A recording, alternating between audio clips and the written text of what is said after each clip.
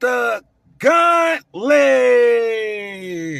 Let's go. If you smell what the gauntlet is cooking.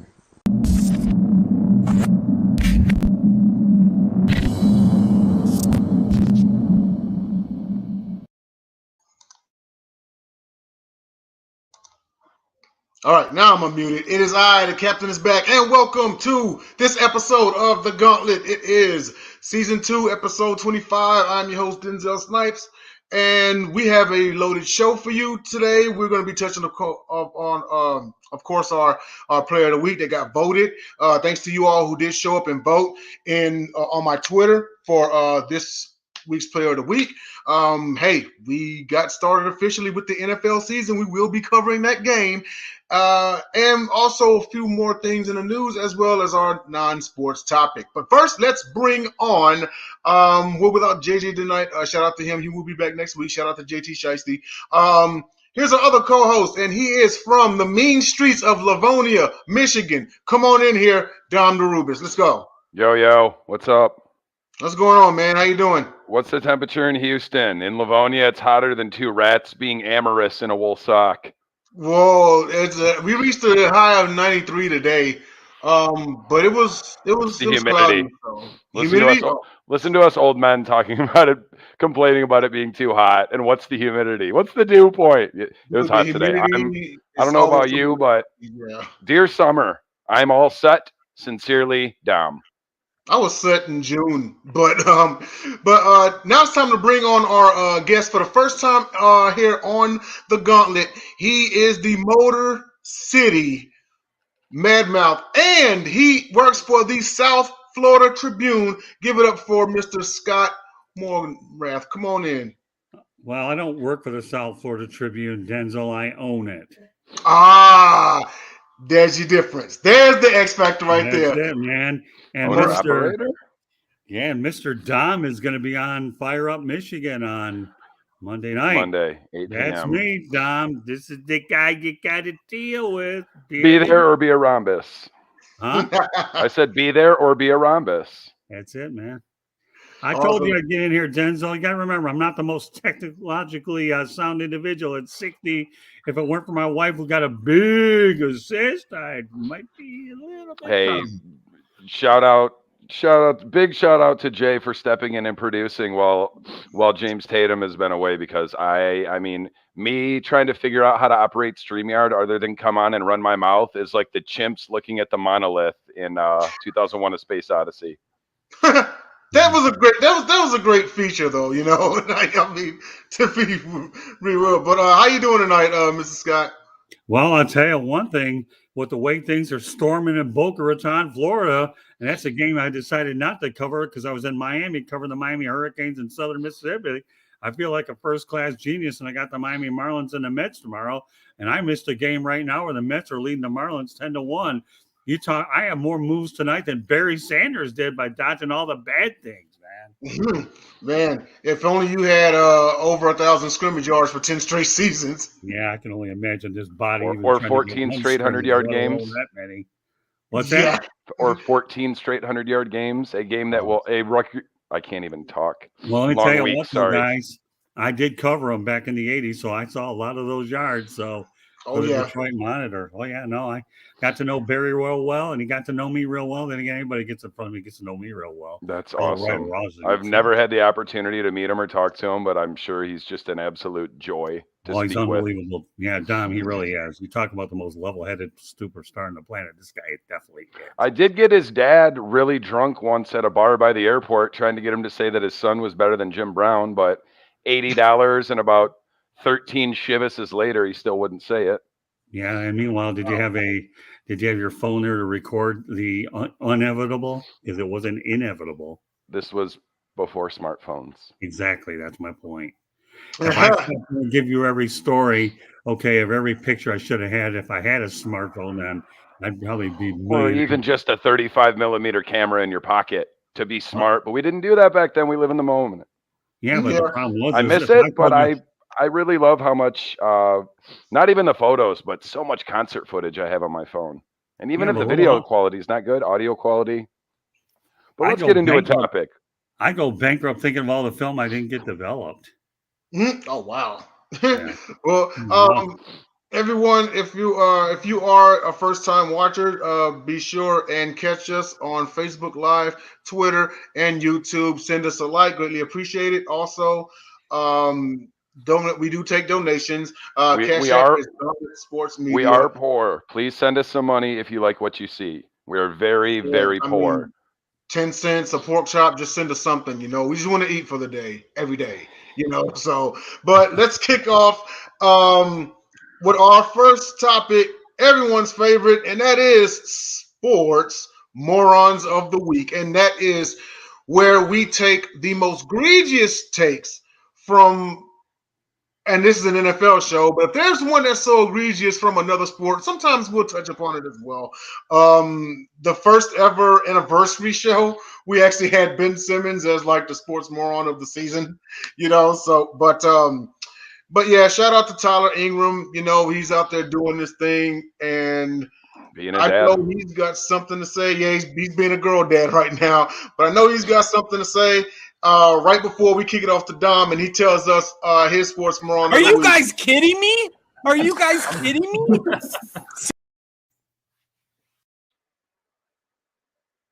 Oh, okay. Here's one I can actually name by name. Ryan Clark, not trying to call you out personally, just wanted to have a name of a respected member of the media, but he's one on a long list of offenders. I'm sure we all saw that game on Thursday, the Bills and the defending champ, LA Rams. It was not close. The Rams did not look like a defending champ, but for everyone out there, Ryan Clark included, trying to say that the Rams are done, their run is over, they might miss the playoffs, there's no way they're getting back to the playoffs, there's no way they're getting to the Super Bowl, and trying to anoint the Bills as the next Super Bowl champions because they just beat the defending Super Bowl champions. You're wrong. You're a moron. It's an overreaction. It's one game, 1 week. We all do it. Granted, if the Rams don't figure out something with that O-line, they're in some serious trouble. But chill out, Ryan Clark, and everyone that shares that opinion. The Rams will be in the playoffs. So that's all I got. Yeah, just to piggyback off of what Dom said, it's your stereotypical knee-jerk reaction after a Super Bowl champion gets blown out at home. Crazy part about it is, and I mean, we'll touch on it a little bit, but they always do this. They did it all the time with the Patriots. I don't know if you guys remember, I think it was the 2014 season, and the Patriots got blown out in Kansas City 41-14, so much so that Tom Brady, the GOAT himself, was benched. Well, they went on to win a Super Bowl that year, but there was this knee-jerk reaction like, oh, man, is he done? He's finally old. Father Time has caught up to him. And, well, that was 2014. Well, seemingly 8 years later, he's got a couple of more rings since then, including on another team. But like I said, it's your typical reaction from the media. I would say don't buy into it, especially after week one. I don't know if he was paid to say it. I don't know if he was told to say it or anything like that. All I know is yes, Dom is absolutely correct. It was very egregious to say that. And also, that's just taken away from how good the Bills are. But we will touch on that coming up in a little bit. So let's bring the crew back on here. Once again, we have Dom DeRubis, and we've got the Motor City Madmouth, Scott Morgan Roth. Also, if you would just send us that like on Facebook Live, Twitter, and YouTube, it will be greatly appreciated. And now let's go on to our player of the week, cornerback Darrell Green. This guy, and Deion Sanders is my favorite defender of all time next to Lawrence Taylor. I believe Darrell Green is the fastest. Now, who is Darrell Green? Darrell Green was drafted 28th overall in the 1983 NFL draft. He came from Texas A&M Kingsville. He played with the Washington Redskins his whole career from 1983 to 2002. He's a two-time Super Bowl champion. He won NFL Man of the Year in 1996. He's a four-time first-team All-Pro.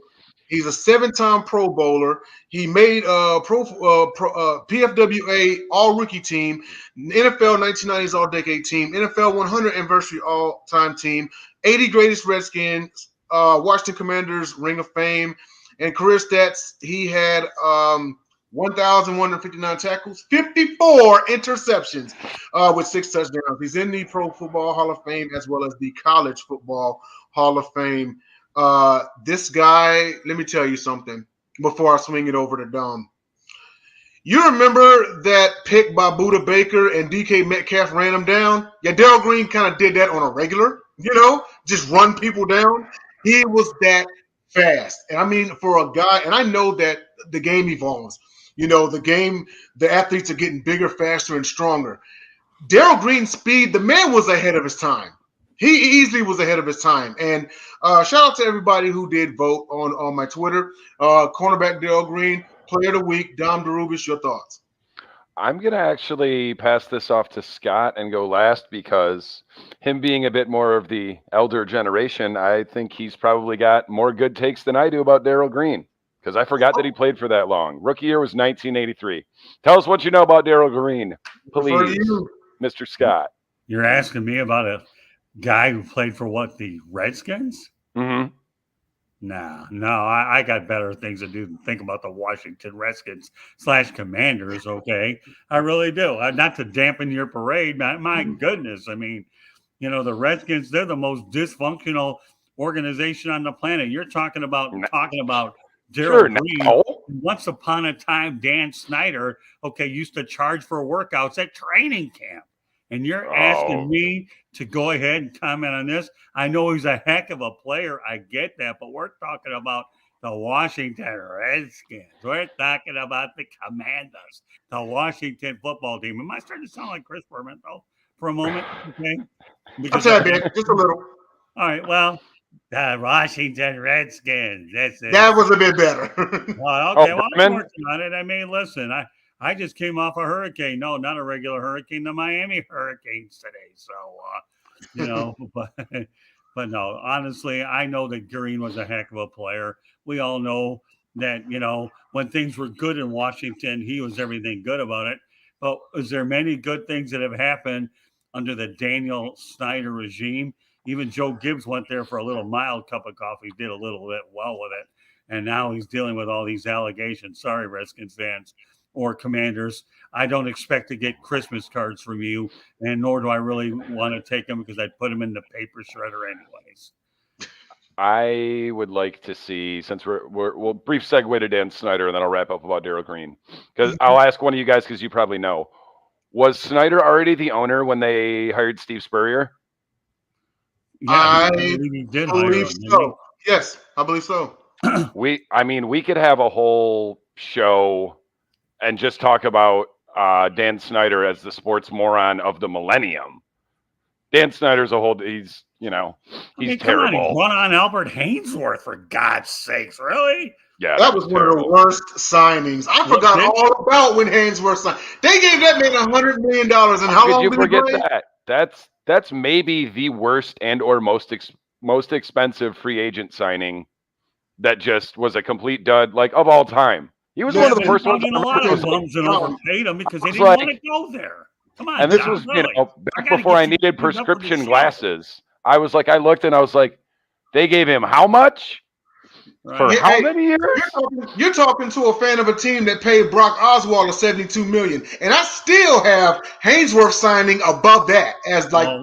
Well, come on, Denzel. There aren't many that are going to be worse than Albert Hainsworth. Although I'll tell you, the Redskins / Commanders did bring in a bunch of bums that were over the hill anyways.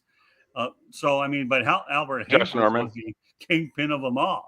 Remember that one year when everyone thought Josh Norman was the greatest cornerback since sliced bread? There's another one, but I didn't want to be too critical about him because I thought Hainsworth, to me, was a 100 million layer cake is what it was. Anyways, obviously we're all fans of our teams, but we're all just big football fans, period. And we always love to talk legends because some of us always know. Writer. Let me tell you something, Dime. You got to work with me. I'm a true broadcast media guy. I don't like fans, okay? They get on my nerves. I like to sit up in the press box, okay, with my computer, with monitors, okay, so I can talk and build my YouTube subscribers with my colleagues and bring on guests. Well, we're out here. You got me here, so let me finish, okay? Okay. See, you're dealing with a guy now, okay? I don't like fans. They get on my nerves. They think they know everything. Okay, when you've talked to an executive, okay, I realize they got to pay the bills for all these things, but the reality of the situation is until they figure out that there's a lot more to it than just fire this bum, sign this bum.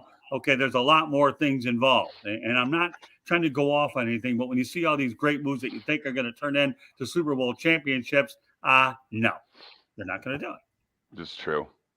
Well, I'm very still good. going to call myself a fan. I'm just a highly intelligent fan with a lot of strong opinions. More power to you. You know what? Some people know more than others, okay? And, I can't question that. Fans got to have – fans have a little bit more knowledge, but the only difference between fans now versus when I started in the business 42 years is these fans can walk on social media, start their own podcast, and be part of the media, and they have a bigger voice if they know how to handle all this technical business right. Where back then a fan was a fan, go ahead and go through the turnstile, shut the hell up, buy 1 million hot dogs. If you're lucky, a couple of beers, and maybe you might see the game. That's why I don't go to home games anymore. Am I a bad fan? Anyways, the last thing I wanted to say about Darrell Green, I want to say it was his second or third to last year in the league. So he was 40 plus, and he still got clocked with the fastest 40 time in the entire league. 40 years old, maybe 41. The fastest man in the league. I don't know that Darrell Green was human. Yeah, I don't think anyone did. Well, you talk about the Redskins and the Commanders, and I hate to put a damper on this, but if there's ever a guy that I hated to see what happened, Sean Taylor to me, he walks into that category of what would have been. Boy, you talk about the most unfortunate situation on the planet. Yeah, Darrell Green's accolades are great.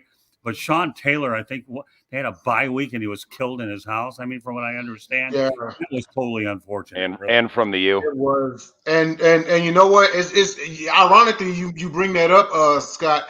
He was our player of the week last week, and we had this one guy on. Shout out to Chris Couch, Coach Powell.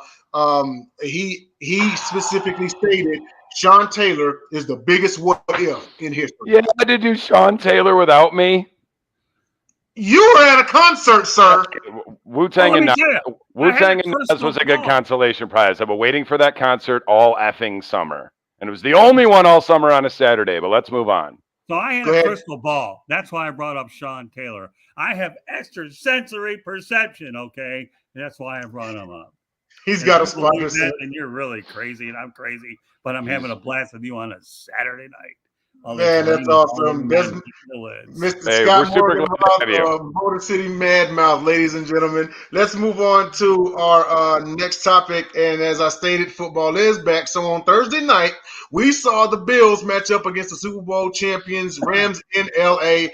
The first half was tied, and then it turned into a massacre.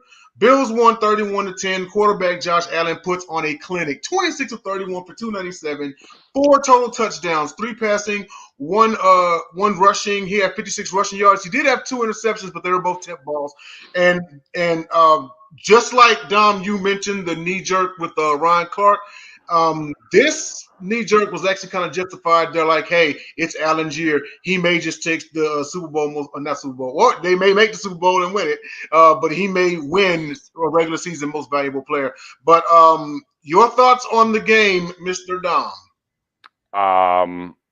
It was competitive for a little bit. I'm not honestly the knee jerk thing is I'm more so bothered by it as far as the Rams go, because the Bills, I have them as a serious Super Bowl contender.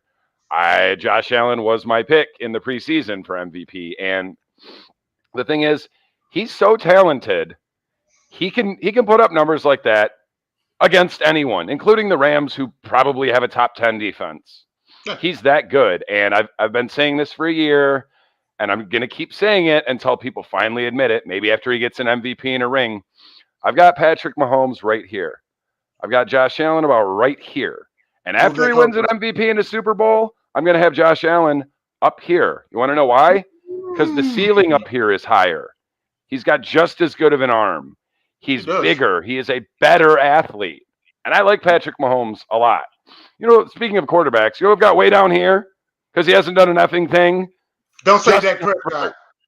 Oh, come on now. Lose the playoffs. win a playoff game, and then I'll bring you up. Did you say who? I'm Exactly. sorry, I didn't catch that. Who did you say? Justin Herbert. Okay. You were right to say who. Who is in? Oh, that guy that's never been to the playoffs. Okay, and he plays well, that's for the another Chargers. one of my ESP moves. Okay, just kind of playing off the. I'm playing off your energy here. Mm-hmm. Well, hey Scott, your thoughts about the game? Your take? Well, number one, I've always been a Matthew Stafford type of person. Number two, the Buffalo Bills remind me of the Bad Boys. And you know why they remind me of the Bad Boys? And I covered them too, by the way. And for whatever it's worth, I have a piece of their floor in my dining room that the PR gave me as a gift for covering the team. Oh, that's awesome. Yeah, I do have that. And I'll go ahead. And Denzel, I'll go out there and shoot you a picture just so you know I'm not shooting you to the knee. I gotta see that. I gotta see that. If this was an FCC show, I wouldn't want to be fined because I paid a lot of money for my trademark Motor City Mad Mouth, not Mild Mouth, by the way. I don't want to have to redo it over again. But the reason why I mentioned the Bad Boys is because the Buffalo Bills got knocked down by the Kansas City Chiefs, just like the Pistons used to get knocked down by the Celtics. And then all of a sudden you come out the next year and then you get really angry. And when you get really angry, okay, and you know that close away, and then you add a couple pieces here, like Von Miller, ever heard of him? He kind of like won a championship last year. He's pretty good, I think. Yeah, I think he's pretty good. I mean, he's won a Super Bowl for the Broncos and now the Rams, and now he's looking for the hat trick, as they call it in hockey. You know anything about hockey? You know, they have those things called hat tricks, you know? And then throw hats on ice. Yeah, that too. Okay, so, but the reality of the situation is I think the Buffalo Bills were just a much better team. And we all know that Matthew Stafford had a procedure during the offseason on his elbow. I don't know what it was. And the reality is Sean McVay didn't play a lot of his players as well. So I have no problem not playing a lot of your players. But the ultimate thing is I think they're going to sign Odell Beckham. They need more wideouts. You can never have enough good wide receivers. I don't think Allen Robinson's in sync. If you keep using Cooper Kupp the way you're going to do it, then all of a sudden you become too predictable. And let's face it, the Buffalo Bills are good. Okay, Josh Allen will be the best quarterback that they've had since Jim Kelly. And by the way, many years ago, I wrote a story on him when he was hopefully he ends up with a better Super Bowl record. Well, I'm sure he will. I think he will. Me and Jay's friend Brad will go insane. He'll tear out his hair. Well, he doesn't have much hair left. If he had hair, he'd tear it out if they go to 4 more Super Bowls and don't get one. Don't get one, yeah. Yeah, well, no, but I think Josh Allen's a real deal. And remember, he could have been selected number 1, but 5 or 6 teams passed out of him. University of Wyoming. Okay, you ever heard of them? Yeah, Wyoming Cowboys. For a cold weather team, wasn't he? What's that? Built for a cold weather team, wasn't he? Oh, he sure was, wasn't he? But, you know, University of Wyoming, not considered quarterback all right, anything but. Neither was whatever Dakota State, wherever that Carson Wentz went. He went number 1 ahead of Jared Goff. Yep. I don't know. I don't think he went number 1, did he? I think he sure did. Was he one? No. One. No, I thought he was number 2. Wentz went 2. My bad. Which one, 2? That's Tom, why. when are you going to stop arguing with a guy like me, dude? I forgot. I don't know why. Why? I don't know what I was thinking. Hey, Tom, Probably because I just don't want to admit that my quarterback is a number 1 overall pick. Teach you better. You know what? I'm going to whip you up there with all those tattoos and that hat backwards, and I'm going to give you a little bit of 42-year-old WXYZ radio tough love here. I guarantee 42. That was my first job in the business. Okay, was WXYZ radio back in 1979. Ever heard of a guy named Ron Cameron? Yes. Yeah, I work with that schmuck. And yes, I don't mind Ron if you're hearing schmuck. Cameron, if you're watching, Scott thinks you're a schmuck. Oh, I don't care. Don't worry. I've called him worse to his face. It doesn't matter. But no, I put up with this guy here, and I still told him off. And you know what, Ron? I got news for you. You're only as good as what I make you look like behind the scenes, pal. And I've gone on to have a pretty good career. Oh, yeah. I never pulled any punches with this guy. Just because you're wearing a damn microphone doesn't mean you're any better. I could go out there and make it hard for you to get any callers, and you look like a you-know-what. And if you look like a you-know-what, then the upper management is going to do a you-know-what. Okay?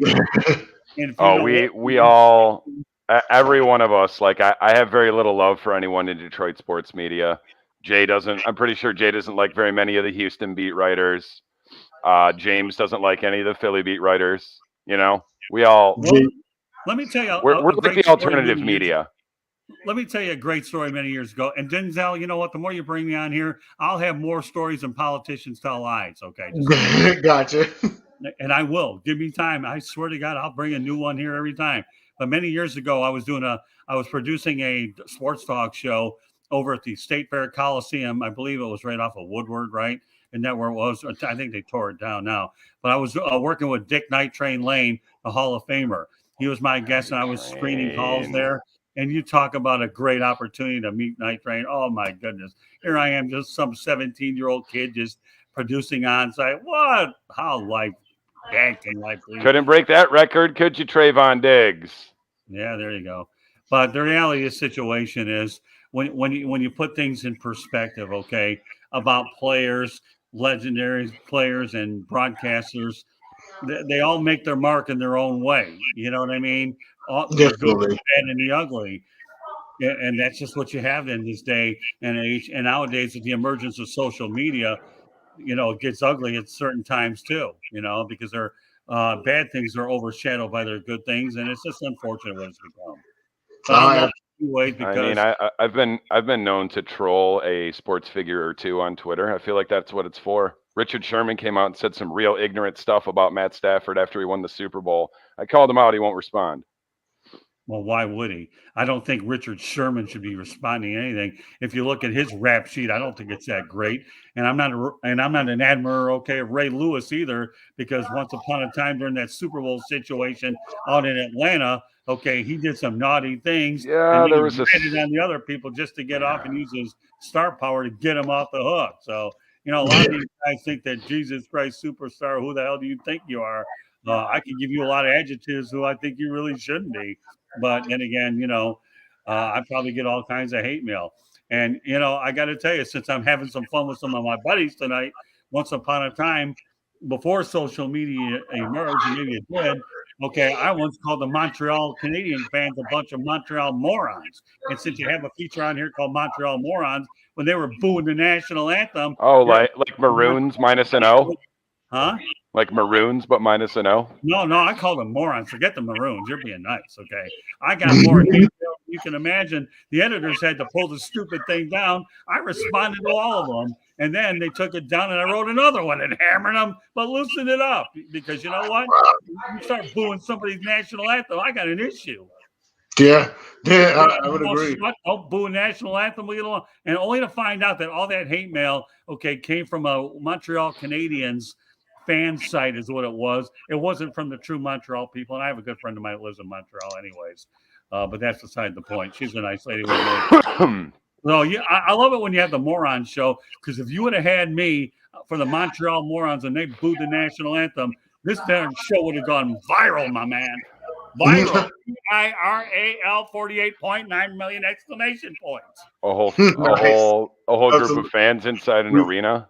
That would have been pretty impressive. Yeah, but we do have to keep it moving, fellas. Actually, we're about the halfway point of the show, so we're going to hit a word for our sponsor, so we'll see you all in about 30 seconds. Sports fans are gearing up and saving big at Fanatics.com, the world's largest collection of officially licensed fan gear. From all the leagues, teams, and players you love. Unique one-of-a-kind designs exclusively by Fanatics. And autographed collectibles from today's biggest stars shipped directly to your home. Join Fanatics Rewards for free to earn fan cash on every purchase. Shop now and for a limited time, get 20% off all orders. Fanatics.com, officially licensed everything. That is Fanatics.com. We are sponsored by them and Yeti. And we are back on the Gauntlet. And I am your co-host, Denzel Snipes, along with Dom DeRubis and our guest, the Motor City Mad Mouse, Scott Morgan-Roth. Now, on to our next topic. And Dom, I'm really curious to hear your take on this one. So, pay attention. So, on Thursday night, cornerback Jalen Ramsey allowed a perfect passer rating. That's a 158.3 when thrown his way versus the Bills. To be precise, he was thrown at 7 times. He allowed 6 receptions for 124 yards and 2 touchdowns. So was this one bad game, or is it time to start calling him overrated? Keep in mind before you answer that last year in the Super Bowl on the final Bengals play, Jamar Chase had him burnt for the game-winning touchdown, but Burrow's line couldn't hold up. So I ask you, Ramsey was on the ground.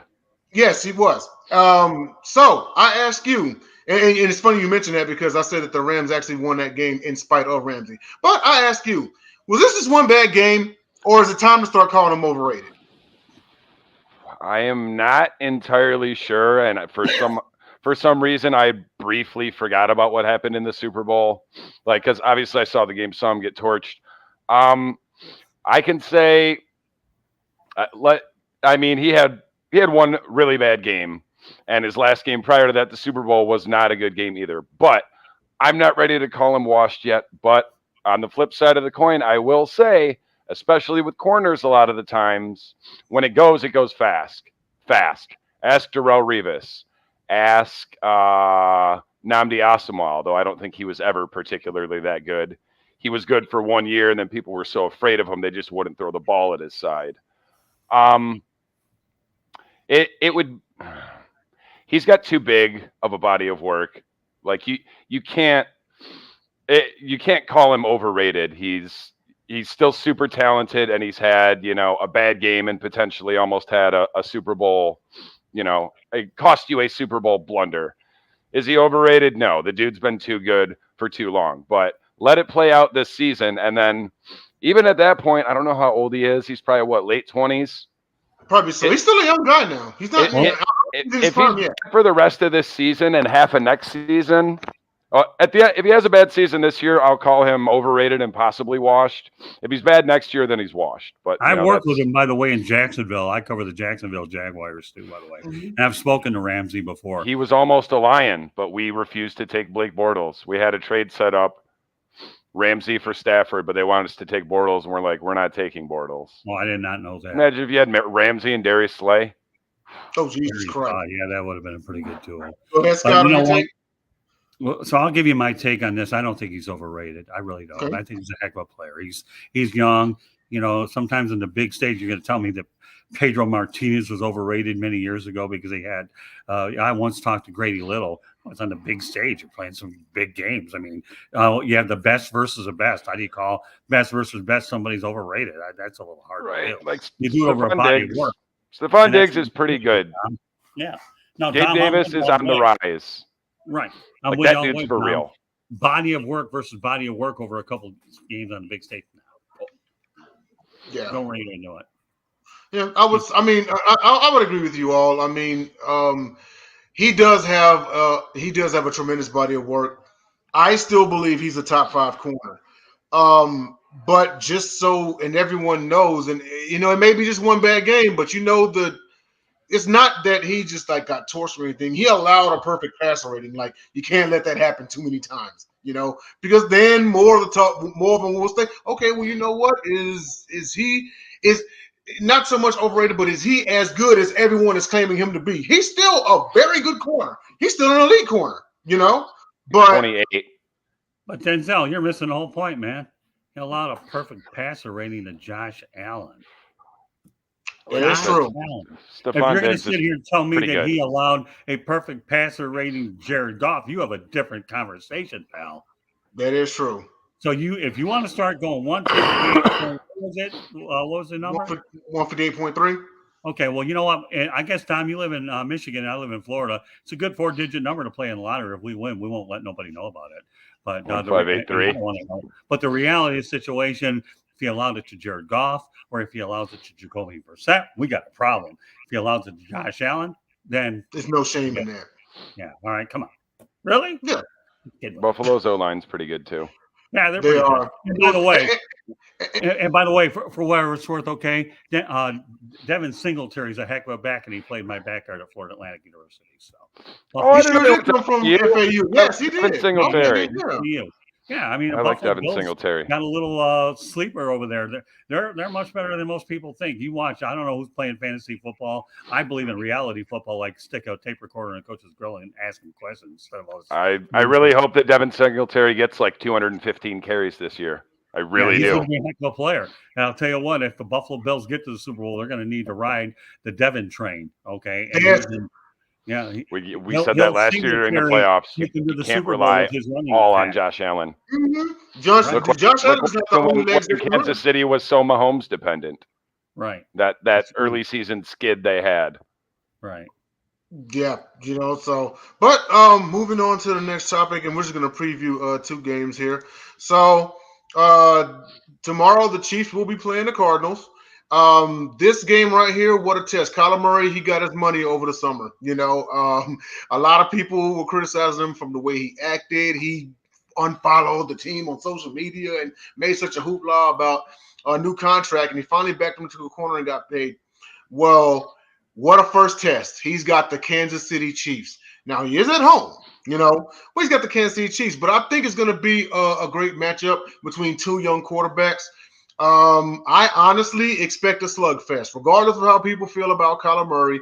But the only thing about it is this, because last year we saw the Cardinals start off hot and then they cooled off, and then they made the postseason, of course, as a wild card, So are we going to see this again? Are we going to see the Cards start off 6-0 and then cool off, 7-0, 8-0, and then cool off? And shout out to Eric Wilson of the Sports Arena. He brought up one time on the Gauntlet on a previous episode months ago that Kyler Murray has the most pressure out of any quarterback in the league because the Super Bowl is in Glendale this year. And he wants to be the one to do what the other 2 quarterbacks did in LA and Tampa and win Super Bowls. So he'll be there in the stands. Yes, we will be out there. And Denzel, let me ask you a sarcastic question, okay? Did Kyler Murray do his 4 hours worth of homework, or did he make the Cardinals look really stupid getting rid of that clause? When I saw that, I was like, you know what? They're really making the man out to be Jamarcus Russell. Remember the blank CD? So I laughed at that. I liked all of them. Well, I got you choked up, Denzel. I can tell we're having a blast, man. I did a show the very next day on Inside the Pigskin. Thank you, Oakland Raiders, for drafting Jamarcus Russell so we could draft Megatron. Well, I know how to get. Thank you, Al Davis, wherever you are. Not sure. And also thank Jamarcus Russell for ruining it for anybody who's a rookie coming out, because no more long-term deals after that. They signed him to $63 million out the gate, and the man couldn't even read a playbook to save his life. But as far as this game goes, I'm going to actually say if the Cardinals can keep the Chiefs to under 30 points, they'll win the game. But I got the Chiefs 35-21. Dom, what do you think? A lot of I'm rolling with a lot of what you said. Great matchup between 2 young quarterbacks, and it depends to me a lot on which Chiefs defense shows up. If it's early season Chiefs defense and they can't really stop anybody, I mean, I think it's going to be a shootout no matter what. There's just too much talent on both sides, on both offenses there. A little iffy on the Chiefs wide receivers, but this is also where Patrick Mahomes gets to prove or disprove to me if he's really that guy, because you don't have Tyreek Hill anymore. Right. Yeah, you've got Travis Kelce, and he's great, but I've seen a borderline elite tight end get covered like melted cheese all last season in Detroit because we had no other wide receivers that could get open. So they'll just double Hawkinson, and then he's covered like smothered cheese, like I said. I've got similar score, shootout, like you said, Chiefs 34, Cardinals 28. Nice. Scott, what do you think, man? You know what, Dom? I know I'm going to enjoy working with you on Monday night. Because I thought the same, and Denzel, I'm having a ball with you right now. I'm throwing you more curveballs than you anticipated because of chats. But I love it, man. Now you get the real deal here on the air, bro, on a Saturday night. That's a beautiful thing. But I like where Tom was going. Okay, any quarterback can have a great wide receiver and look good, like Green Bay with Devontae Adams. And the Packers are faced with similar challenges too, because what they have to do now is Aaron Rodgers has to identify the 3 veterans with a minimal amount of experience. And if they keep Sammy Watkins healthy, that's good. But then Aaron Rodgers has to go ahead and be able to make the best of the new receivers. With that said, bringing it back to Kansas City a little bit, this is when you find out what kind of Patrick Mahomes you really do have. If you can make people better around you, then obviously to me, his legend vaults into a different stratosphere. So I'm going to go 33-16. I think the Chiefs are going to blow out the Cardinals. I really do. Oh, okay, nice. I I'm really do. actually not mad at that pick. Well, I don't know. Somebody's got to go out on a limb here. I think it's going to be 33-16. And I'll tell you why I think it's that far away. If DeAndre Hopkins was playing in this game, maybe I'll give you another touchdown, but he's not. I believe he's out for the first 6 games, right? So I don't exactly know what type of wide receivers that you have with the Cardinals that would warrant me to give them another 7 points. I don't know about the guy from the Ravens that they brought in. Will he be able to go ahead and make a difference? And the thing is they're playing each other during the first game of the year. So you don't know how in sync that Murray is with the other guy because you've only had a limited sample size. Okay, you have 3 preseason games. You have a bunch of practices where are hitting each other, right? So there's so many of the unknowns. And I have to deal with that, believe it or not, in Miami. And I'm not trying to get you off subject a little bit, but I think it's pertinent to the conversation that if you want to put somebody in the moron category, I'll give it a 3-headed monster with Bill Belichick, Matt Patricia, and Joe Judge, because we don't know who they remind me of Abbott Costello. Who's the offensive coordinator? Who's one offense? And all of a sudden you've got a quarterback who's kind of like confused a little bit. Where am I getting the direction? And Darrell will tell you right now, she was on my show on Thursday, that when we talked about this very subject, and I appeared on a Patriot show earlier in the week, and on my show, this is really what you find out that you have around you. And when you don't have a lot, and I don't care about the last preseason game, whether it's 3 or 4, it doesn't make any difference. You still have to have enough first team reps with your guys to at least make it look legitimate. And the margin of error for the NFL to lose games early isn't good. You can't do it. If you lose 1 or 2, 3, 4 games a year, for the most part, you're cooked. That's why I think the Cardinals are going to get cooked. Forget about the 4-hour homework clause. I'm just joking around on a Saturday night. That clause would not have been in his contract if they didn't think it was a real issue. I said that from the beginning. For all of our older listeners, if there are any out there, I remember the Howard Cosell show many years ago where you had the Bay City Roller Saturday night. We're talking about the NFL on Saturday night, right? Yeah. Around college, when we're about the Wolverines are about to kill Hawaii. Okay, later on. But my point is you've got to have all your guys in sync as much as possible. And I think the Cardinals sample size is little, and Mahomes is on a mission. So you have a little sample size because you don't have a full deck. On the other hand, you have a guy on a mission. And by the way, you ever heard of Andy Reid? He's pretty good. You ever heard of Cliff Kingsbury? He could be on the hot seat. You know what I mean? So there's so many different variables. So I'm talking with my hands. I'm talking everything. I'm calling everybody on the morons, and we're even talking Saturday night with Bay City Rollers and Howard Cosell, who I would have put in the moron category because I hate his guts too. Yeah, Howard Cosell. Who hates Howard Cosell? Me, because you know what? Many years ago on Monday Night Football, I tried to get an interview with him. He was such a snobby guy. I would have told him to take his toupee off, but O.J. Simpson bailed me out and gave me an interview instead. He was 100 times better and gave me compliments. So I did a pretty good job at the age of 19. So go figure. Nice. OJ, that's a good. It's a good consolation prize. Yeah, and you brought up an interesting point about Mahomes being looked at, because we did see, some wide receiver shuffles happen during the offseason. And Aaron Rodgers is getting looked at because he doesn't have Devontae anymore. But the reason why they're looking at Mahomes more is because Rodgers won a Super Bowl years before Devontae got there. Mahomes won his Super Bowl with Hill. So that's a good point. More of the eyes are on Mahomes more so than Rodgers. Once again, Rodgers has proved his greatness. He's got 4 total MVPs. He just came off of his second straight, And Mahomes, well, he's got 1 MVP. He's got 1 Super Bowl. They got the same number of rings. You know what I mean? And 1 MVP versus 4. Rodgers, you talk about making everybody around you better, right? Now when Rodgers won his ring, he had Donald Driver, he had Aaron Jones, he had all of them. He's got a totally different cast from him right now. Mahomes, now he's got Juju. Juju's straight, but he doesn't stretch the field like Hill. Juju's a straight number 2 when you've got an Antonio Brown. That's exactly. What Juju is. Yeah, but the thing that you have to do that nowadays, the game is measured much differently, okay? I got a guy like Tyreek Hill who could also fall in your moron category, thinking that 2 is better than Mahomes. Go figure that one out. I'm not really sure. I don't think he really said that. Captain. But the point is you know what? Nowadays, I know you talk about this. Yards after the catch are important. You can take a 5 to 7 yard catch and turn it into 48-yard touchdown. And you know what? They're going to go in the books of 48-yard touchdown. The only time you'll see this on game film that was it pretty well for Golden Tate. Right, nobody's going to care during the Stafford years.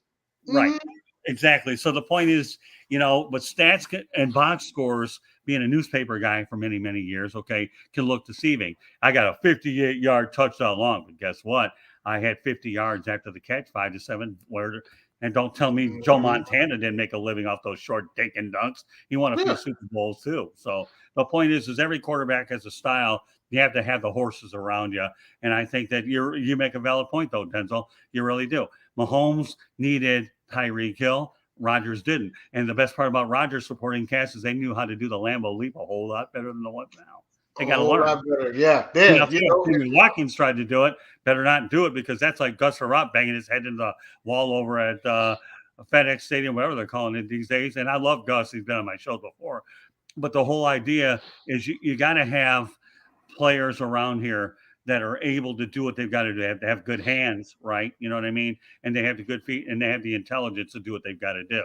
Yeah.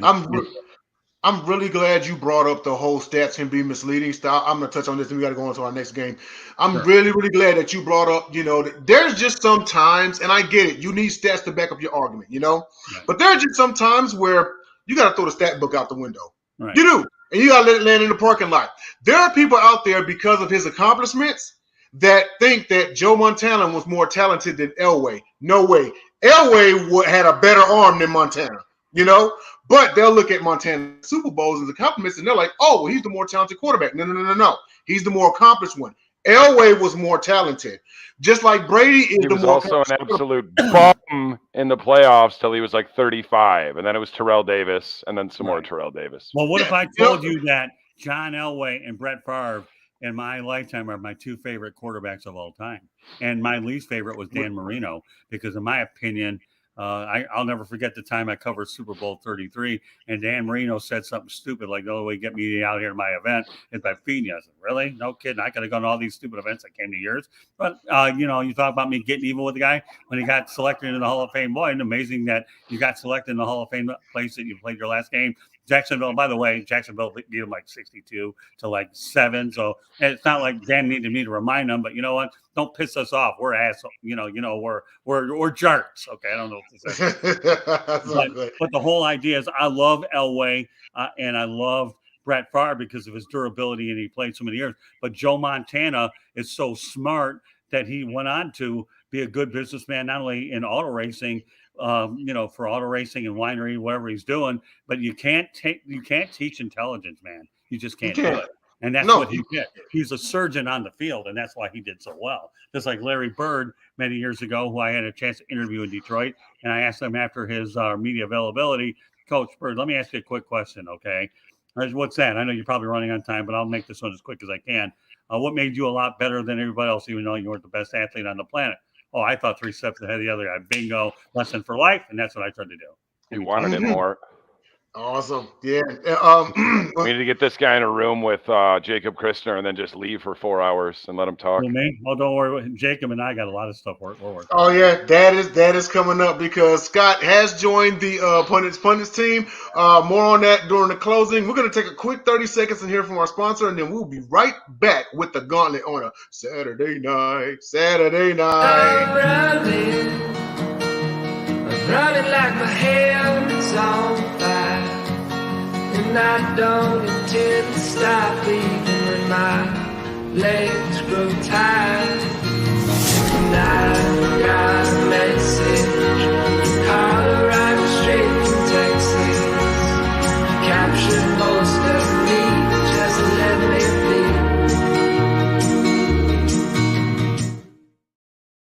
So I said earlier that we were sponsored by Yeti. Well, those were those guys and stuff. So shout out to Yeti and Fanatics for sponsoring us. We are back live on the Gauntlet. I'm here with Dom DeRubis and the Motor City Madmouth, Scott Morganroth. You can also check him out on the South Florida Tribune and on 2R because he owns it. He doesn't work for it. He owns it. Next up, we have what's probably the game of the day, and that is Bucs Cowboys. So as of late, Bucs are favored by 2 points. This is a rematch of the first game of the season last year that was in Tampa. This time they're in little old Jerry World. Let's see. We're the Cowboys are going to be without Michael Gallup, and also they're going to be without Amari Cooper. Shout out to Philly Jim. He full on believes that they lost their best route runner, and I agreed. But the number one now is CeeDee Lamb. You still have number 4 over there behind center. You have a much improved defense. But I'm going to have to roll with the GOAT on this one, because just when you think he's gotten too old, he only seemingly gets better. We're talking about a man who won the passing title last year at the age of 44. And also, I love his chances because he is a career 6-0 versus the Cowboys. He's a Cowboy killer just like Rodgers is. So on this one, I really like the chances of the Bucs. You know, you still got the same quarterback. You still got generally the same offense minus Antonio Brown. Fournette did sign back and everything, and also they've got a couple guys coming back on defense from injury. But I do expect a shootout because the Cowboys, you never know what team's going to show up sometimes. You know, sometimes they'll show up versus a contender, and then they'll lose to a team that they should have beat, you know. Like last year when Teddy Two Gloves and the Broncos demolished them in Arlington. But on this one, I am going to say Buccaneers 38, Cowboys 34. Don, what do you think? I have the Bucs in a win, but barely. I don't think it'll be nearly as high scoring. Keep in mind that the Bucs minimally a Pro Bowl. I think he was an All-Pro guard. Ali Marpet, he retired. Their center is out for most of, if not the whole season. I think I don't care what anyone said, what he said, what hasn't been said. I think part of the reason that Brady left training camp for like a week and a half is because he saw his O-line was decimated, and he just didn't even want to think about it for that week or two. Like, I am old. I can't scramble anymore. They need to get this stuff figured out while I step away for a minute. Otherwise, it's going to be a long season. And I think they may be in for a long season. The Cowboys, like you said, and it just started to dawn on me literally in the last couple weeks. So I always kind of thought Amari Cooper was overrated. However, I think they're going to miss him more than I originally anticipated, because I'm not sold on CeeDee Lamb as a 1. CeeDee Lamb to me is kind of like Chris Godwin. He's getting the number 2 corner every single snap. Gallup's not playing. I like Michael Gallup a lot, but the dude can't seem to stay healthy. You know, Dak is Dak and usually shrinks in big moments. That's why I have the Bucs. Like, until Dak can flashy thing himself and forget who he's playing against and that he's in prime time against a heavy hitter. I mean, what's his record against winning teams? It's well below 500. What's his record in prime time, period? It's below 500. So I got Bucs 24, Cowboys 17. Okay, touchdown game. What do you think, Scott? Who you I got? don't know, man. I'm a senior citizen. I get AARP. I'm going the Bucs 29, Cowboys 14. Tom Brady's without. Yeah. You know, Tom Brady's without Giselle. That's not very nice. Okay, she's upset because she doesn't want him to turn into an individual who's going to end up having one too many hits. Doesn't want him to get hurt. I understand him wanting one more year, $25 million on the table with one more Super Bowl left. But here's my reason why I'm going 29-14. Number one, you got Julio Jones. They still have some adequate receivers over there, for certainly a lot better than the Cowboys. But where the Cowboys get into trouble is because of the penalties that they have. They did not solve that problem during the preseason. And Mike McCarthy's seat is hotter than the Arizona desert, let me tell you. And they're not looking to bring in. They're not going to bring in the offensive coordinator. I'm trying to remember who it is now. Kellen Moore. And Dan Quinn isn't going to be there. They're waiting for Sean Payton to take over the seat next year just to kind of revitalize. So that's what I think, okay? But my belief is the Cowboys will shoot themselves in the foot so badly with penalties, and Tom Brady will have enough targets to win 29-14. I believe in Tom Brady. I think he has another good year left. And if I were him, I'd go to the broadcasting booth then. After that, one more year, play it out one more, and give it one last shot. Maybe he'll hit another milestone along the way. That's what I think. So 29. Write it down. 2023 Miami Dolphins starting quarterback Tom Brady. Yeah, I was Man, waiting there for you you to go. do that too. USF, I still have a little Tampa blood in me. I'm still going Bucks 29-14, and you never know. With Stephen Ross, anything can happen down here. Awesome. And They already well, had Coach tampering with him. Is that just a coincidence? What? No, these are the droids you're looking for. We're going to Right. lose these couple draft picks and not really complain a whole lot because we know we're going to get Brady after Tua fails because he's Tua. Because he's left-handed Dak. That's pretty. That can actually put the ball downfield. I mean, it's entirely possible that Tua can throw for 300 yards and Tyreek Hill runs for 74 on 74 completions. Yeah. But let's go ahead and have that dink and dunks, okay? 5 to 7 yards, Yeah, turn into it 30, 40. is. I told you earlier. And I It's gonna guarantee be you so one thing, I'll leave you here one-dimensional. on this show. You'll be singing my Saturday night thing from now until the end of time because now you remember the Bay City Roller Saturday Yep. night. And if you want me to go ahead and tune over, you're going to turn into a ringtone or an alarm. We can work out a trade fee. No problem. Man, do people still get paid for ringtones? Let's jump I on don't that. even know. I have no idea. I'm just too old to figure that stuff out. I'm trying to work on technology, let alone ringtones. I don't use them. My phone's always on silent. And I have Same. sleep apnea anyway, so I don't have an alarm. It's inside of me. Yeah. We are in the last 4 to 5 minutes of the show. So on to our non-sports topic. This is where we, kind of show our human side and step outside of the sports box for just a little bit.